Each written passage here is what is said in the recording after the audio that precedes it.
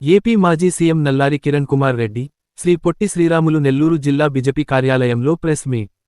ఆంధ్రప్రదేశ్ మాజీ ముఖ్యమంత్రివర్యులు, బిజెపి జాతీయ core committee సభ్యులు నల్లారి కిరణ్ కుమార్ రెడ్డి, ఓ ప్రైవేటు కార్యక్రమంలో పాల్గొనడం కోసం నెల్లూరుకు వచ్చారు.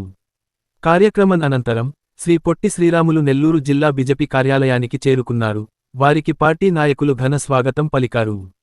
కాసేపు పార్టీ శ్రేణులతో ముచ్చటించారు. తరువాత ఏర్పాటు చేసిన ప్రెస్ మీట్కు హాజరయ్యారు.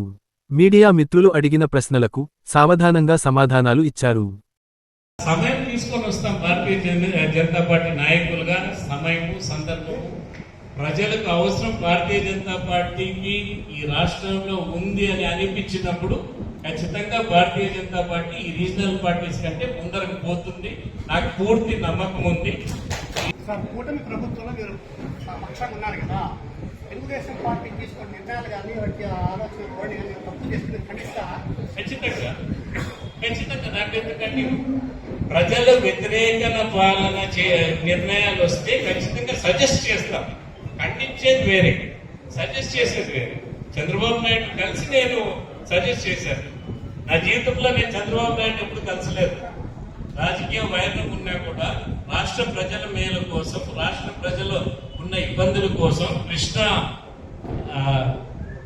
అంశంలో నాకు తెలిసిన అంశాలు, సెంట్రల్ వాటర్ కమిషన్ లో తెలిసిన అంశాలు ఆయన దృష్టికి తెచ్చి రాష్ట్ర ప్రజలకు మేలు చేసేదానికి ఏమేమి చేయాలో, నాకు దృష్టికి ఏమేమి వచ్చాయో అని చెప్పేదానికే నేను కలిశాను.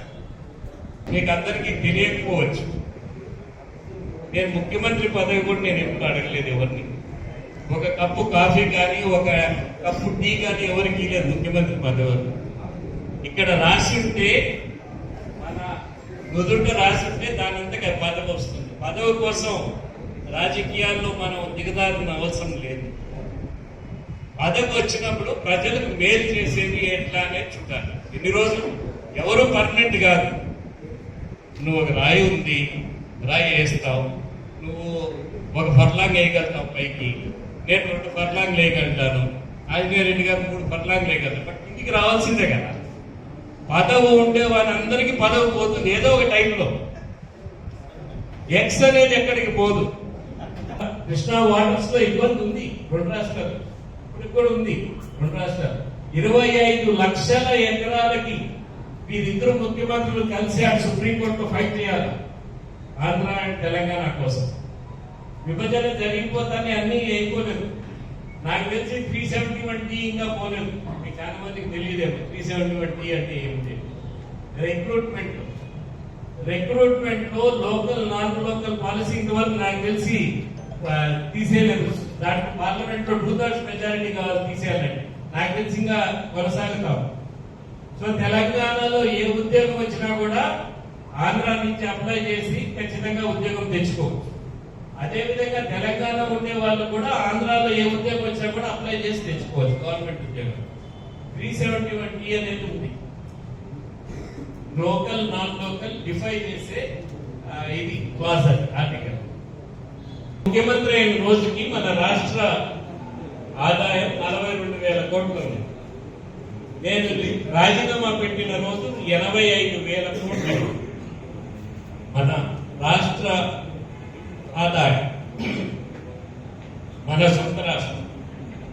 కేంద్రం నుంచి ఆఖరి సంవత్సరంలో నాకు తెలిసి 27,000 కోట్లు సెంట్రల్లీ స్పాన్సర్డ్ స్కీమ్స్ కింద మనకు వచ్చినాయి. 28,000 కోట్లు మనకు డెవల్యూషన్ ఆఫ్ ఫండ్స్ లో వచ్చినాయి.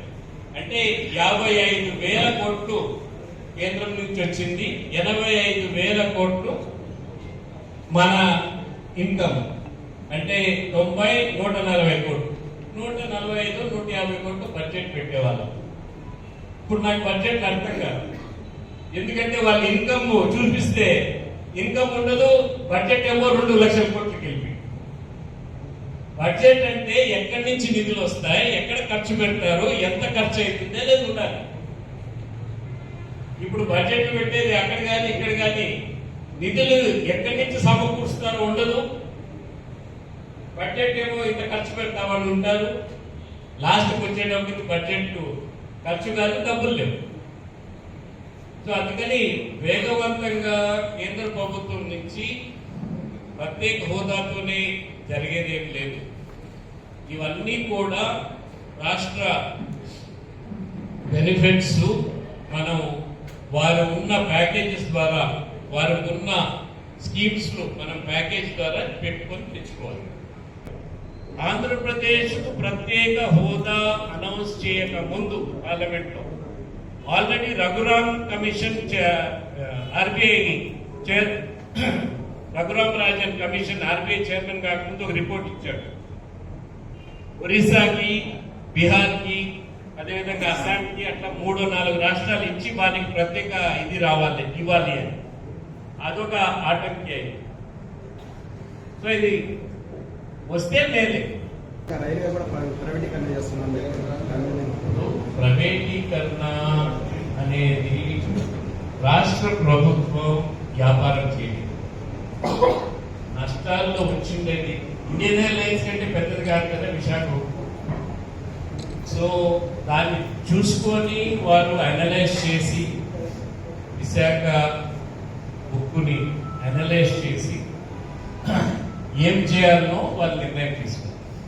ఇప్పుడు ప్రైవేటీకరణ అవుతుందో లేదో తెలియదు, బట్ నష్టాలు విపరీతంగా వచ్చేది ఆపాల్సిన అవసరం ఖచ్చితంగా ఉంది. ఆ నష్టాలను ఆపగలిగితే ఖచ్చితంగా కేంద్ర ప్రభుత్వం ఆలోచన చేస్తుంది. చేయకన్నా మనం కూడా చెప్పచ్చు.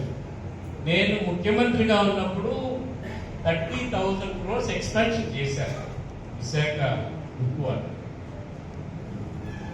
వారికి నేను తెలంగాణ ఖమ్మంలో ఉన్నాయి మైన్స్, బయ్యారం ఆడ ప్లాంట్ పెట్టేదానికి కూడా మైన్స్ ఇస్తానని చెప్పారు. ఆడ పెల్లెట్స్ మాత్రమే తయారయ్యాయి. ఎందుకంటే ఆ ఉక్కు అంత మంచిది కాదు. 3,000 కోట్లతో ఆడ పెడతామని వాళ్ళకి ప్రాఫిట్ వచ్చింది మంచిది. బట్ వాళ్ళు ఓబులాపురం కావాలని అడిగారు. ఓబులాపురం ఆల్రెడీ కోర్టులో వివిధ స్టేజెస్ లో కోర్టులో ఉన్నాయి. మీకు ఓబులాపురం మీకు ఇచ్చినారంటే కోర్టు బయటకు వచ్చే లోపల 20 ఏళ్ళు అవుతుందని చెప్పారు. సో ఎక్కడ వాళ్ళకి మైనింగ్ వీలుంటే అక్కడ కేంద్ర ప్రభుత్వం నుంచి తీసుకోవాలి. ప్రెస్ మీట్ అనంతరం పార్టీ నాయకులు, కార్యకర్తలు కిరణ్ కుమార్ను శాలువాలతో సత్కరించి వారి అభిమానాన్ని చాటుకున్నారు.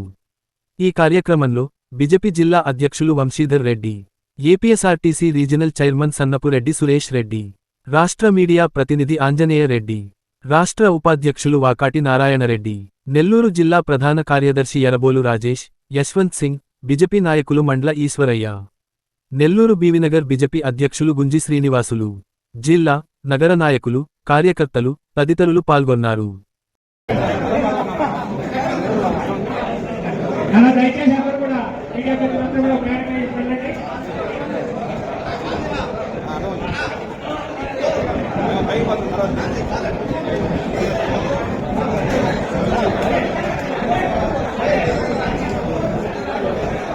బీజేపీ నాయకులందరూ కూడా కూర్చోండి. బీజేపీ కార్యకర్తలు అందరూ కూడా కూర్చున్నాం. మీడియా ప్రతినిధులు సైకిల్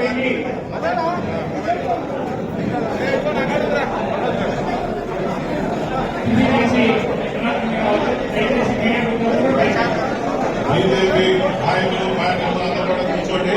అందరూ కూడా శాంతం కలిపేదానికి ప్రయత్నం చేస్తాం. ప్రశాంతంగా ఉంటే అందరూ కూడా ప్రశాంతంగా అవకాశం ఉంది. మీడియా మిత్రులందరూ కూడా వచ్చిపోతే స్నాక్స్ తీసుకున్న తర్వాత చెప్పి కోరుకుంటున్నాం. మీడియా సోదరులందరూ కూడా రవి గారు మీడియా సోదరులు కూడా మీడియా తీసుకుని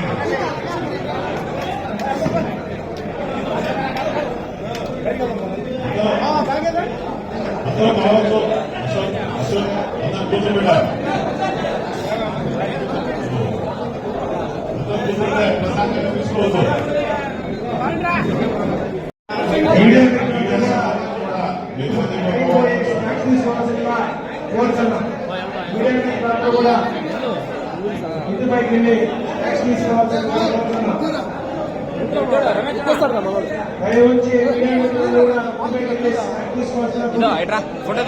యువభారత్ టీవీ నందు మీ పర్సనల్ ఇంటర్వ్యూ మరియు వ్యాపార ప్రకటనల కొరకు ఈ నెంబర్ని సంప్రదించండి. Get your personal loan today through BSK Associates. వీక్షకులకు ధన్యవాదాలు.